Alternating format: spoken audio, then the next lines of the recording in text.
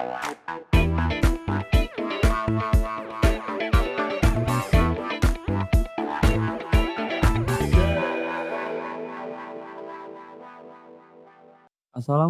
warahmatullahi wabarakatuh. Selamat pagi seluruh sivitas hospitalia Rumah Sakit Umum Daerah Ciawi. Kembali lagi bersama saya Ahmad Zulfikar dan juga rekan saya Mbak Nurin Syira.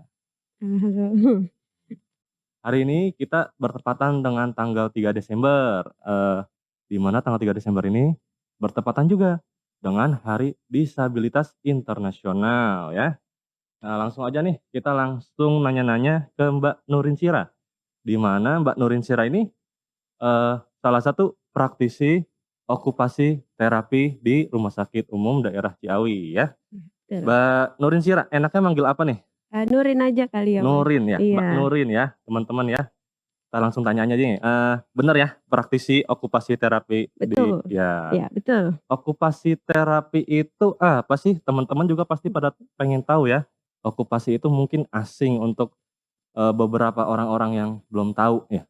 Iya, Apa sih okupasi terapi itu? oke, sip. Bener ya. Jadi banyak orang yang nggak tahu okupasi terapi itu apa. Jadi sebenarnya tuh kita pelayan kesehatan yang bertujuan untuk pasien-pasien dengan kelainan atau kecacatan fisik dan maupun mental yang memiliki gangguan pada kinerja okupasinya gitu, Mas Ijul. Oke, biasanya nih okupasi terapi itu fokusnya ke apa tuh? Fokusnya kita tuh, lebih untuk memandirikan pasien dengan keterbatasan atau kondisinya saat ini gitu.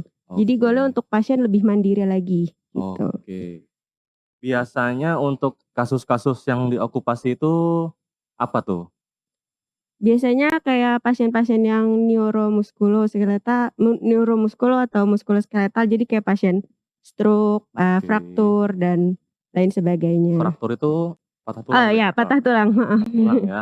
Iya. Paling banyak di rumah sakit ini apa? Pasien apa? Kalau paling banyak di RSUD Ciawi itu pasien stroke ya. Pasien stroke? Iya betul, banyak pasien stroke. Oke, stroke itu, penyakit seperti apa sih dan seberapa berbahayanya gitu? Lumayan berbahaya ya karena banyak banget yang terkena stroke. Jadi stroke sendiri itu kita tahu merupakan gangguan fungsional otak secara lokal ataupun vokal ataupun global ya. Itu Mhm. disebabkan oleh gangguan di aliran darahnya, bisa penyumbatan atau pecah pembuluh darahnya Oh gitu. gitu. Biasanya pencetus stroke itu apa sih? Biasanya tuh kayak pasien yang darah tinggi, Darah tinggi, kolesterol, kolesterol, iya, ada juga yang diabetes itu juga diabetes. bisa. Oh semuanya itu ya? Iya itu bisa Oke. mencetuskan stroke.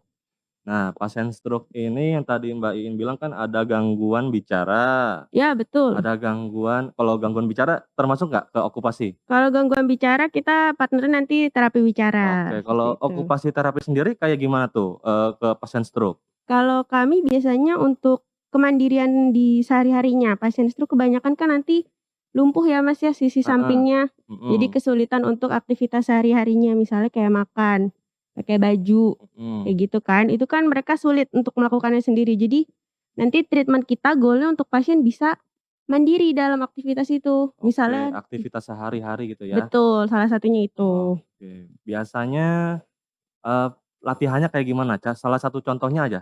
Kalau biasanya kita ada namanya ADL training atau relearning activity. Jadi Oh, kita mempelajari ADL tuh lagi. apa ADL? ADL tuh activity of daily living, jadi kayak Oh aktivitas oh, keseharian. bahasa gaul Iya, gitu ya? Inggrisnya, heeh. Oke, terus?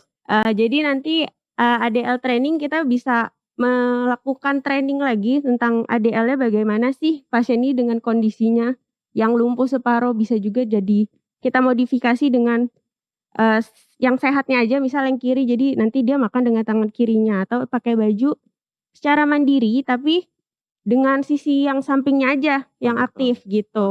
gitu. Itu, Tapi mhm, mohon maaf nih, kalau misalkan, di rumah sakit, ya, di terapi, mhm. ada nggak sih, apa ya namanya tuh, orang-orang di rumahnya tuh atau keluarganya tuh, harus apa gitu? Biasanya kalau caregiver atau keluarga itu menyiapkan apa yang akan dilakukan, misalnya pakai baju disiapin bajunya, seperti Oke. itu. Jadi membantu seminimal mungkin tapi harus tetap membantu, seperti Motivasi itu. juga ya? Motivasi perlu Perlu pastinya, ya? support, emotional support itu penting. Oke. Mhm. Jadi bisa ya kalau misalkan, stroke itu Di okupasi ya? Bisa banget. Oke. Oke teman-teman, misalkan nih, teman-teman ada gejalanya boleh tahu nggak kayak gimana?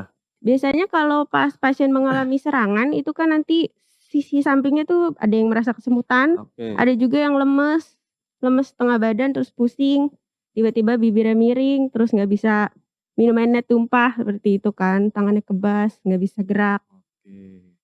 Teman-teman healthizen nih, nanti kalau misalkan ada salah satu anggota keluarga, orang tua atau mungkin kakek neneknya, memang biasanya ini penyakit yang orang-orang yang sudah lanjut usia ya? Iya, Rata-rata ya rata-rata ya? rata-rata Kalau lanjut ada usia, heeh, betul. kalau ada, mungkin gejala darah tinggi, diabetes, atau kolesterol, ya perlu hati-hati, Betul. dijaga makanannya ya, betul Betul ya? betul Heeh. banget, Dijaga kondisinya jangan sampai drop lah pokoknya ya. betul. Terus kalau misalkan nanti ada, gejala-gejala yang barusan disebutin oleh Mbak Nurin, bisa langsung check up ke rumah sakit terdekat ya, teman-teman ya. Oke Mbak Nurin, dari teman-teman netizen nih yang nonton dari Asik. Healthyzen, ada yang mau bertanya nih, boleh nggak nih? Boleh boleh boleh Boleh boleh ya. boleh banget. Ini dari Tubagus Andra. Oke, kita bacakan, bagaimana sih Mas untuk mendapatkan pelayanan okupasi terapi di RSUD Ciawi ini, bagaimana tuh? Oke. Biasanya kalau penggunaan pasien yang menggunakan BPJS ya, itu memerlukan rujukan dulu dari DPJP seperti syaraf atau penyakit dalam untuk Oke, dikirim ke rehab medik. Nanti setelah di rehab medik, ketemu dokter rehab medik, habis itu baru bisa dirujuk ke okupasi terapi, seperti itu, Mas. kalau umum? Kalau umum bisa juga langsung ke instalasi rehab medik, nanti ketemu dokter rehab medik, habis itu baru bisa dirujuk ke okupasi terapi, seperti itu. Oke, jadi begitu Mas Andra ya, nanti bisa langsung. Kalau umum, kalau untuk Mhm. BPJS jangan lupa ke puskesmas dulu Oh untuk minta ya, rujukan online-nya ya. betul betul Ada betul. lagi nih yang kedua nih Mbak, Oke, yang kedua dari Anissa Hokisari. Oke, kita bacakan. Bagaimana sih, okupasi terapi, apa bisa juga untuk anak-anak yang kebutuhan khusus? Katanya. bisa Mas, bisa banget untuk anak-anak yang ABK, anak-anak berkebutuhan khusus tuh bisa banget, kayak anak cerebral palsy, ADHD, autis itu kita bisa banget untuk handling, untuk kemandirian ke depannya si anak tersebut, seperti Oke, itu. sama nggak sih, sama kayak, stroke yang orang-orang lanjut usia? Oh beda sih treatment-nya, karena kan pertumbuhan perkembangannya juga beda ya. Oh gitu. Jadi kita mengikuti perkembangan dari individu tersebut, seperti itu.